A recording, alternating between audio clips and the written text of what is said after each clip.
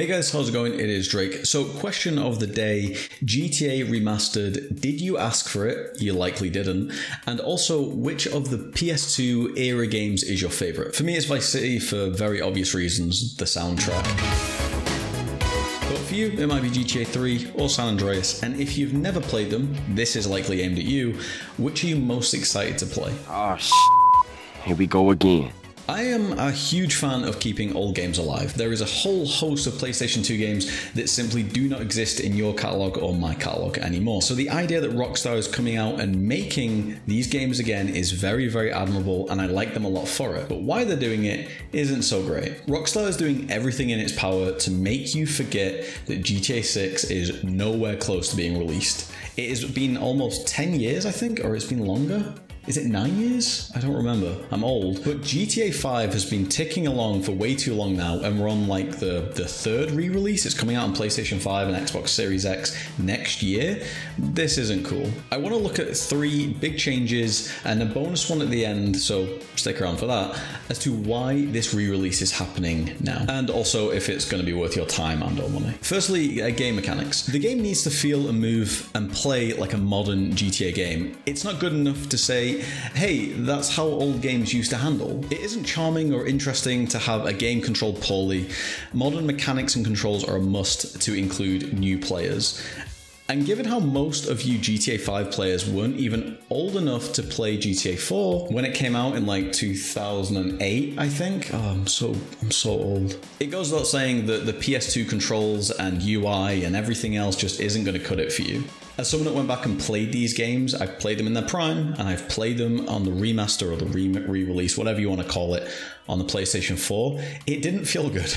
It didn't feel good. As someone that plays a lot of games, this didn't feel good. So yeah, most obviously, they're going to re-release the game with refined controls, and it's going to play, in my view, a lot like GTA 5. Secondly, and most importantly to probably everyone, the game needs fidelity. It needs that shine. It needs to look good. They can't be releasing this game on PlayStation 5 and Xbox Series X and PC and it looking like a PS2 game. Also, most obviously, if they weren't going to increase the fidelity of the game, they would just point you in the direction of the PlayStation 4 game, which was just the old graphics running on a PlayStation 4. Thirdly, this isn't really a change to the game itself, more to the players, the marketing, and the aura around GTA.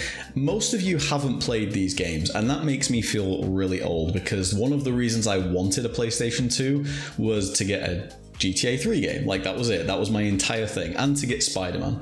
So imagine how old I feel that there's a new Spider-Man game out and GTA 6 is, a few years away. Feeling kind of old right now. But yeah, there's a ton of great story in GTA 3, in Vice City and San Andreas, and you've likely never touched them. And I really, really hope they bring GTA 4 into the mix as well, maybe at a later date, or even in this package, because they're great games that deserve to be played. And the GTA 5 fan base is mostly online. You guys have never experienced a true expansion. So in a roundabout way, this is an expansion to the universe of GTA for all of you. I'm very excited for this because it enables me to go back to my childhood and play games that are kind of lost to the wayside a little bit. I don't really want to play older graphics or bad controls. It's just not for me. I can play better games that are out and just have those memories up there. So I'm very happy that people like you get to play the game. Again, question of the day, which is the most anticipated game for you? And a bonus one. I did say there'll be a bonus one.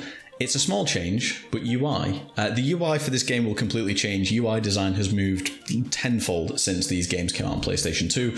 And if you want to know any more about UI and UI design as a little bit of a bragging thing with your friends, there's a video here or there or somewhere where I cover it very in-depthly, and you'll get to know a little more about me, because it's what I do as a day job, where I get money to talk on the internet about games. All right, thank you very much for watching. I'll see you in the next one. And yeah, bye.